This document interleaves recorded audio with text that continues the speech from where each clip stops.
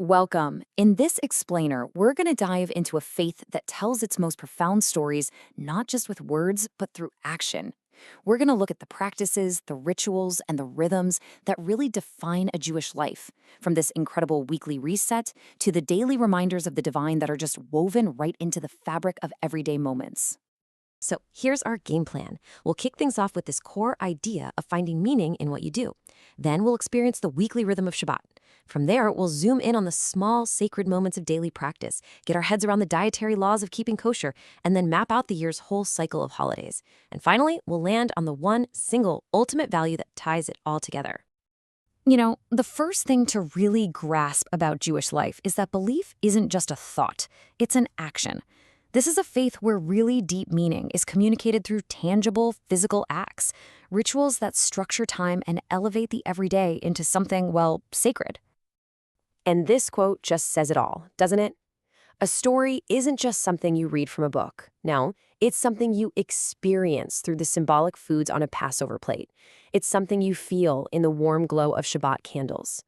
It's a faith where you don't just learn the narrative, you actually live it.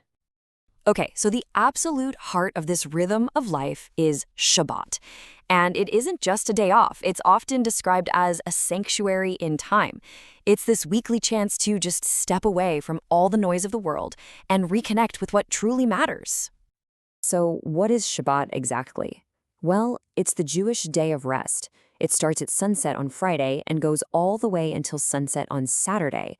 The whole idea is based on the creation story in Genesis, where God created the world in 6 days and then rested on the seventh. It's a commandment for the Jewish people to do the very same thing. There's this incredibly powerful saying that just gets right to the heart of it all. More than the Jews have kept the Sabbath has kept the Jews. And this reveals a much deeper truth, that Shabbat isn't just some obligation. It's really a profound gift that has served as this incredible cultural and spiritual anchor, preserving Jewish identity for thousands of years. So, observing Shabbat is this whole experience filled with beautiful rituals. It usually kicks off with the woman of the house lighting candles, which kind of ushers in the peace of the Sabbath. Families get together for a special Friday night dinner with prayers over wine and that delicious braided challah bread. And crucially, it involves this really radical act in our modern world. You refrain from all work. That means stepping away from screens, from shopping, from all of it, to focus completely on family, community, and spiritual reflection. But this whole idea of finding holiness, it's not just for one day a week. Not at all. It's woven right into the fabric of every single day. Jewish life is just filled with practices designed to infuse the most ordinary moments with a sense of the sacred. Throughout the day, an observant Jew's attention is constantly turned toward God. There are prayers for waking up, prayers for eating. There's even a prayer of gratitude after using the bathroom that marvels at the wonders of the human body. And this is all supported by sacred objects that act as these physical, constant reminders of one's faith. You've probably seen this one, the kippah, or as it's also known, a yarmulke. This simple head covering is worn by many Jews as a sign of respect and as a constant physical reminder that God is always present, always above. And then you have tefillin.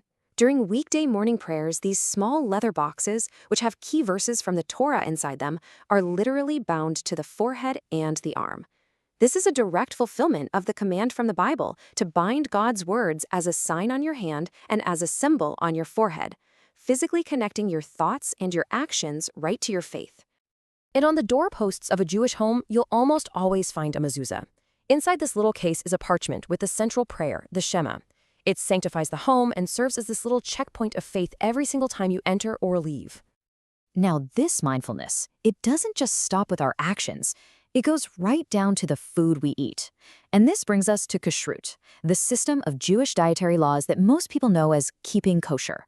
For many observant Jews, it's a really significant and defining part of daily life.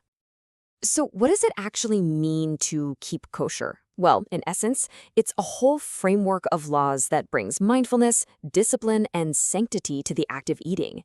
It's about so much more than just food. It's about holiness. It might seem complicated, but you can really break the laws of kashrut down into three main principles. First, there are super clear rules about which animals are allowed and which are forbidden. Second, even the animals that are allowed have to be slaughtered in a very specific, humane way. And third, there's a strict rule against mixing meat and dairy products. Okay, let's look at that first principle in action. For a land animal to be kosher, it has to have two very specific features, a cloven or split hoof, and it has to chew its cud. So that's why cows and sheep are in, but pigs are out. And for sea creatures, the rule is just as specific. They have to have both fins and scales. So salmon is kosher, but shellfish like shrimp and crab are totally forbidden.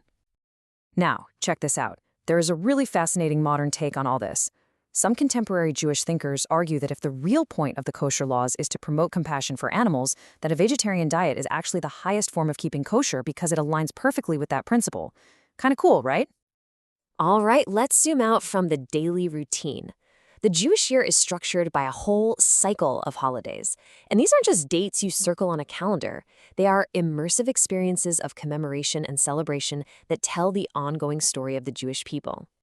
The year really has these distinct emotional seasons. The fall brings the High Holy Days, Rosh Hashanah and Yom Kippur, which are all about solemn, deep reflection. But then you have festivals like Passover and Sukkot, which are super joyous and mark these pivotal moments of liberation and harvest in Jewish history. And there is no better example of storytelling through food than the Passover Seder plate. I mean, every single thing on it is a powerful symbol. The flat matzah, that's to remember the unleavened bread they ate in a hurry while fleeing Egypt. The maror, the bitter herbs, makes you actually taste the bitterness of slavery. And the haroset, the sweet paste of fruit and nuts, represents the mortar the slaves used. Every bite makes history so tangible. So just to help you map it all out, the year flows through these huge moments.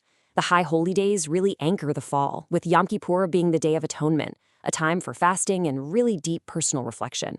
Then Hanukkah, the Festival of Lights, brightens up the winter. And of course, Passover ushers in the spring with its powerful story of freedom. So, after exploring the week, the day, and the year, what's the one single, most important principle that holds all of these practices together? What is the ultimate value in Judaism? And that brings us to this foundational principle called pikuach nefesh, the preservation of human life. In Judaism, life itself is the ultimate value. So much so that nearly every other commandment, including Shabbat, keeping kosher, all of it, can and actually must be set aside in order to save a person's life. It's the core principle that gives context to everything else. And this brings us right to that famous Jewish toast, L'chaim. It's not just cheers. It literally means to life. It's a powerful, constant affirmation of that highest value. It's the perfect summary of a worldview that finds holiness in the very act of living, in every day, every meal, and every breath. L'chaim.